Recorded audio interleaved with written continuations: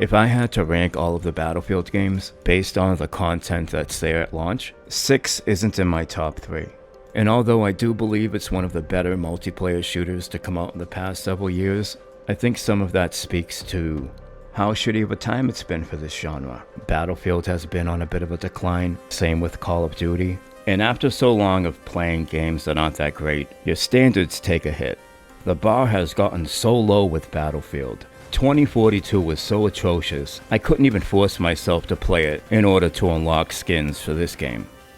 For me, that game was so disappointing that I would have rejoiced if they just released a remake of 3. And so for Battlefield 6, all they really had to do was play it incredibly safe, get back to basics, use Battlefield 4 as a template, and that would have been more than enough for people to celebrate. And I think EA choosing to not spend money on the licensing so they can use actual real guns in their games is kind of pathetic when you're making $1 gazillion. And of course, people will defend it while doing backflips. I normally wouldn't care about that sort of thing. If it's some sort of a science fiction game, everything else is made up, so who cares? But using knockoff Temu generic guns in a game that uses real military branches from all over the world, I don't know, it just kind of feels off. And this isn't something exclusive to Battlefield 6. EA has been going in this direction for years now, and I'd rather them not.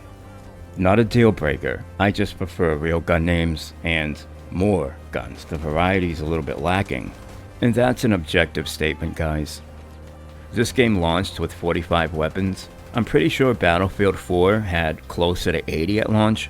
So I'm not just trying to nitpick over a handful of guns. That's almost double. Now sure, you can make an argument that a lot of the ones in Battlefield 4 were barely usable or whatever, but you can make that same argument about every single game. There is always going to be a tier list of weapons and characters and skills. I think it's safe to assume they're going to add more weapons to Battlefield 6 over time. I just would have liked to seen a few more at launch. By the way, that 84 gun total for Battlefield 4, that's a launch number. After adding guns through DLC, that number went up.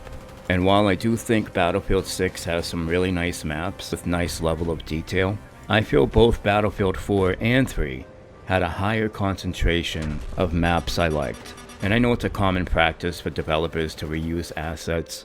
I don't have an issue with them reusing assets, but for me, some of these maps play out and feel incredibly familiar. It seems like some of the buildings that they're using have the same exact layout and buildings they used in Battlefield 4, and if you spent a lot of time in those buildings, you might feel a little deja vu. Not a huge deal, and that's kind of the trend with this video. I don't have anything really major to complain about. It's a small collection of minor things, but there's enough of them in my view that keeps it from reaching the greatness that is Battlefield 4. And by the way, Battlefield 1. What a truly cinematic, immersive motherfucker that was. The more time that goes by, the more I appreciate it. And it's definitely on the Mount Rushmore of Battlefield games. The sound design alone in that game, on another level. And so it's in my opinion, once the hype settles down in a few months, when all of the influencer shills move on to their next new flavor of the month moneymaker, I think a lot of people's opinion about this game won't be as high. And so it might be on your Mount Rushmore right now. I think one day when you look back at the totality of Battlefield, as you have experienced them, you might second guess keeping it up there. By the way, I'm not calling this a bad game. I think it's solid, I'm enjoying it, I'm mostly happy with the way it turned out. But I think a lot of people would rather hear you say that a game sucks than it's just good. People are just so incredibly all or nothing nowadays, and if you're not praising Battlefield 6 to the high heavens, screaming from the mountaintops that it's the greatest thing ever, you may as well just say it's dog shit. And so while I do applaud DICE for not getting in their own way again, after the tragedy of their last game, they just couldn't afford to go full woke retard. All they really had to do was resist the urge to make a one-armed lesbian sniper the face of Battlefield 6. Just lean in towards what people like about these games instead of using your video game to try to push your ideology down everyone's throat. A lot has changed in AAA game development. For example, back in the day, DICE respected the military, and they would consult with military experts for the sake of making their game more immersive, in contrast to today where they would be more likely to consult in Sweet Baby Inc. for the sake of making their game more inclusive. And a lot of those OG DICE developers got replaced by feminists and activists who aren't very fond of the military or America, and of course straight white men, who, by the way, once upon a time dominated the gaming industry. And contrary to what they want you to believe, that it was because of sexism or discrimination against people of color, nothing but misogyny as far as the eye can see. That's all, of course, a bunch of horseshit. When it comes to video game enjoyers, it's in large part white dudes. So it only makes sense. A lot of them would be interested in game design. I could see that as somewhat being of a dream job for somebody that enjoys playing video games. Who better to make video games? And I'm shocked how many times I've seen an interview nowadays where they're asking the developer what their favorite games are and what they tend to play when they're not making games, and how many times I've heard that they don't really play video games as an answer. We'll resist the urge to go off on a tangent and leave it at that. Anytime I see somebody say, "I'm a 20-year Battlefield vet," I thank them for their service. I often even salute them from behind my monitor. It takes courage to play online for all these years. The aimbotters, wall hackers, all of the nerfs. Extreme bravery. I'm just kidding, of course. I cringe when I see that. And so when I talk about my past experiences with these games, I'm not trying to be that guy. The reality is, my opinion, my money doesn't matter any more than the new guy. I just think being part of every single Battlefield launch going back to Bad Company 2 puts me in a better position to compare than, say, somebody just watching YouTube videos. And by the way, DICE doesn't give a shit about how many years or how much money you sunk into their game, unfortunately. My favorite is Bad Company 2. Campaign, multiplayer, Vietnam expansion pack. I thought it was solid across the board. The game also came out during a time where it was pretty awesome to be alive, so my nostalgia is more than likely clouding my judgment.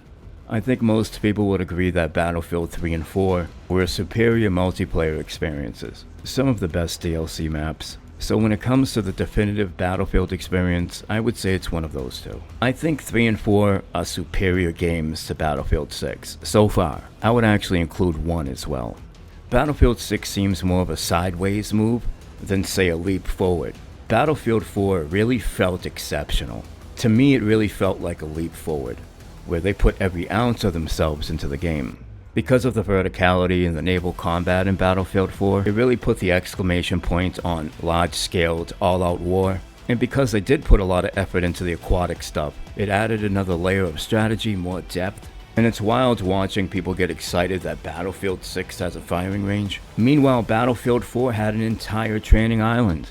Every single weapon, gadget, and vehicle was on that island, and I spent countless hours practicing the helicopter so I'd be less shit at it. You didn't have to back out if you wanted to test a different weapon. It's super unintuitive to go about it this way. And I get it, firing range, training island, either or isn't going to make or break a game. I'm just using it as an example, how our standards have lowered. We have this attitude nowadays where it's better than nothing. And I think that's a shitty way to look at things. Yeah, sure, something is usually always going to be better than nothing. Unless, of course, we're talking about AIDS or cancer.